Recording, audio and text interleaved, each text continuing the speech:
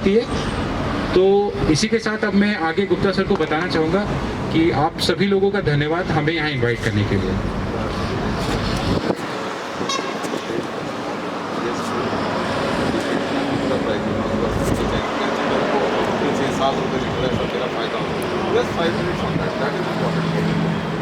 आप सभी लोगों को लुब्रिकेंट्स के बारे में थोड़ा अगर जानकारी देंगे तो BS4 ग्रेड्स के लिए हमने ट्रक्स के लिए खासकर ऑयल निकाला है जिसका नाम है मिल्सी फ्लीट। मिल्सी फ्लीट खासकर BS4 इंजन्स के लिए है।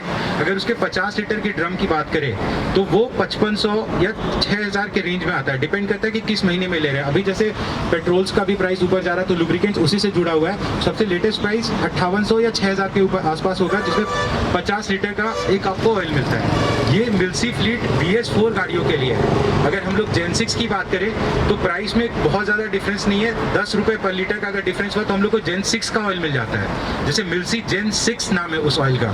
तो आपको जैसा हमने बताया कि अगर आप जेन 6 गाड़ियाँ यूज़ कर रहे हैं तो उसमें जैसे यूरिया है, हमारा एक DEF प्रोडक्ट भी आता है जो कि 800 रुपये के आसपास का है।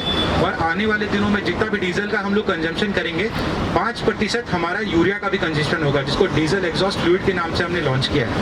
तो जो BS6 गाड़ियां हैं आपके पास, अगर नई गाड़ियां आ रही है तो वो BS6 ही आएंगी, उसमें DEF के साथ साथ जेन 6 लूप्स का भी इस्तेमाल करें।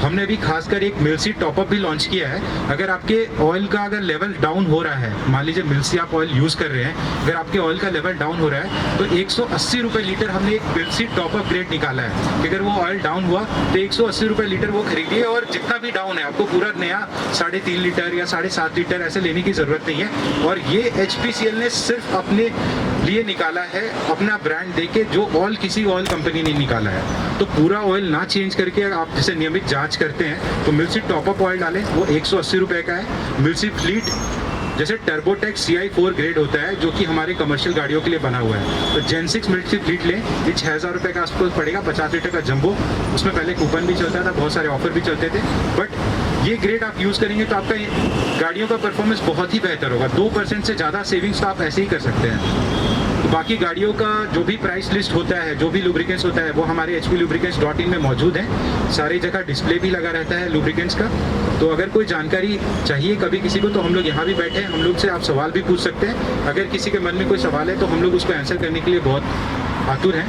अगर कोई सवाल पूछना चाहते हैं तो आप सवाल भी पूछ सकते हैं। आपके मन में लुब्रिकेंट्स को लेके या सौर ऊर्जा को लेके या कोई भी विद्युत ऊर्जा को लेके कोई भी अगर सवाल है तो हम लोग उसको आंसर कर सकते हैं आपके मन में। हाँ जी, हाँ, आप बताइए।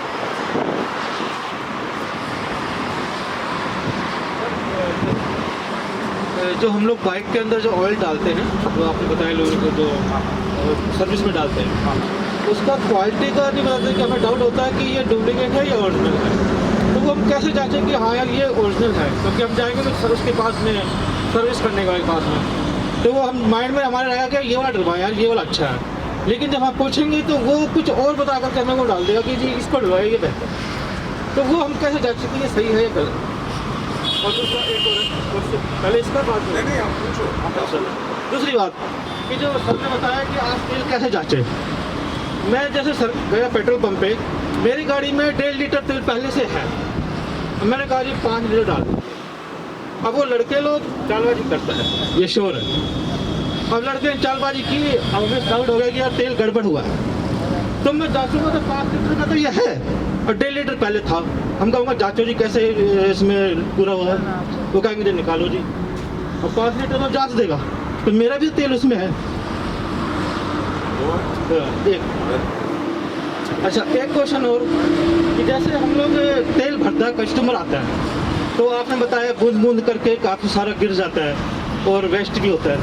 तो कस्टमर आता है, गाड़ी को हिलाएगा, वो तेल गिर जाएगा।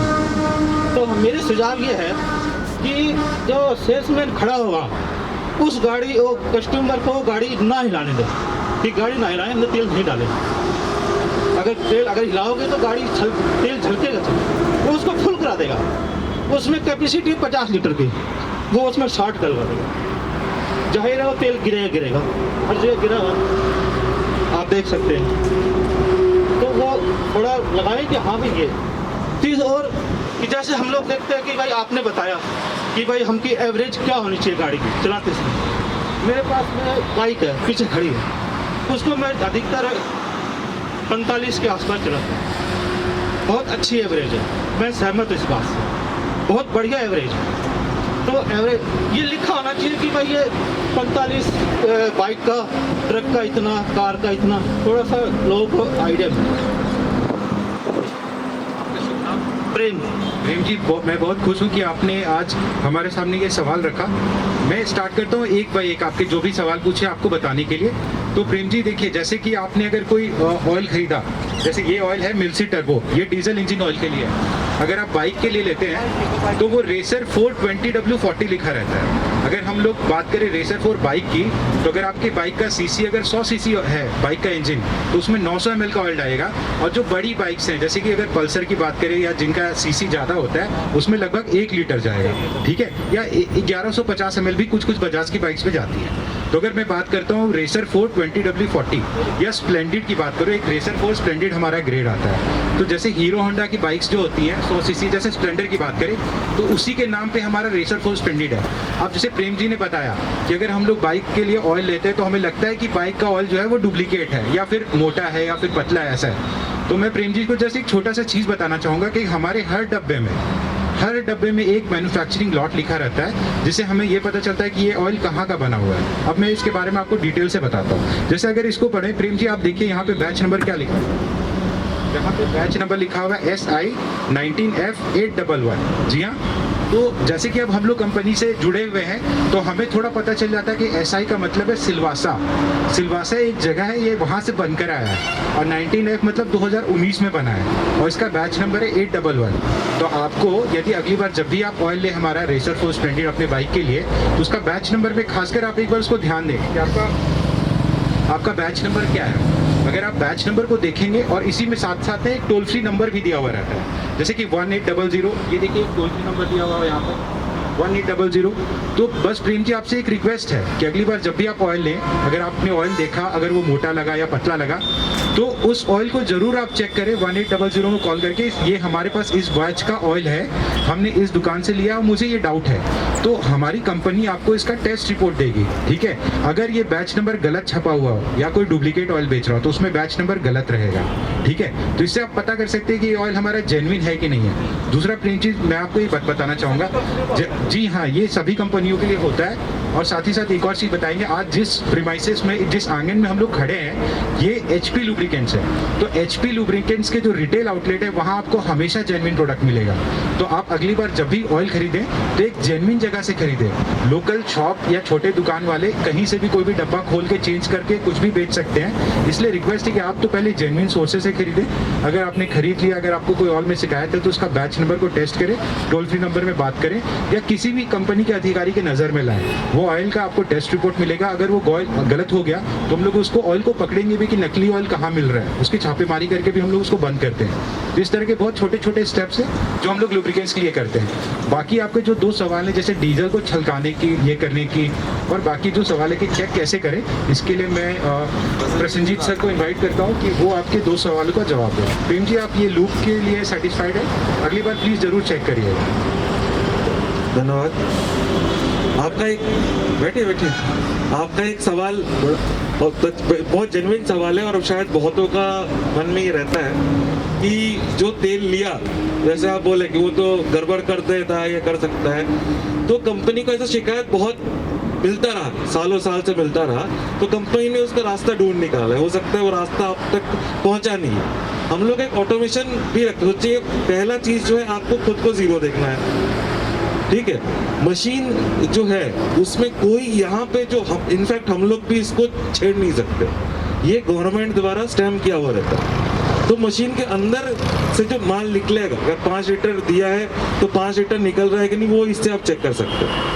दूसरा चीज़ होता है कि आपने जीरो देखना भूल गए, वो चला दिया 50 से 100 से, आपने शुरू में जीरो देखना पड़ता है। आपको जब जाते हैं आप, तो जो स्टाफ सेल्समैन जो रहता है आपको जीरो देखने को बोलते हैं, और फिर फाइनल रेटिंग दिखाते हैं। हाँ, नहीं, वो तो अलग अलग विशेष, आज के रेट में STP आ गया। STP मतलब जैसे बोरवेल होता है, नीचे से तेल, नीचे से जो हम लोग का टंकी है उससे तेल निकाल के वहाँ देता है, वहाँ कोई मोटर ही नहीं रहता। तो क्या बहुत फास्ट होता है, तो उससे मत जाइए कि 0 के बाद 20 आ गया या 15 आ गया। हो सकता है आपको 0 के बाद 1 नहीं दिखा, 2 नहीं दिखा, ऐसा 50-60 नहीं, 20-30 ऐसा करके तो बहुत फास्ट होता है। वो मशीन अपग्रेड, जैसे हर चीज अपग्रेड हो रहा है। नहीं, उसमें मैं बोला ना कि जो मशीन है, मशीन के अंदर कोई छेड़खानी कर नहीं सकता, किसी का भी वो हक ही नहीं, भाई कोई कर ही नहीं सकता उस चीज को, ठीक है, क्योंकि वो सील मारा, उसको अगर करना है तो गवर्नमेंट का सील तोड़ना पड़ेगा, उसमें उसको पूरा पंप ही बंद हो सकता है, वो रिस्क या कोई वो चीज नहीं कर सकता, ठीक है। तो आपका एक चीज हो गया कि 0 देखना आपके लिए बहुत इंपॉर्टेंट है। दूसरा, अगर सोचिए भूल गए या फिर भी डाउट हो रहा है या लग रहा है कुछ और छेड़खानी किया है, तो आप हमारे यहाँ पे ऑटोमेशन करके, ऑटोमेशन है, ऑटोमेशन मतलब आप जो यहाँ से तेल ले रहे हैं पेट्रोल पंप से, इस नोजल से, इस मशीन से, वो आप अंदर जाके वेरीफाई कर सकते हैं कंप्यूटर स्क्रीन पे। हर चीज कंप्यूटर से जुड़ा हुआ है, हर मशीन, हर ट्रांजैक्शन। एक तो आप देख सकते हैं हम कहीं बैठे, हम जो कंपनी का अधिकारी है वो हिंदुस्तान में कहीं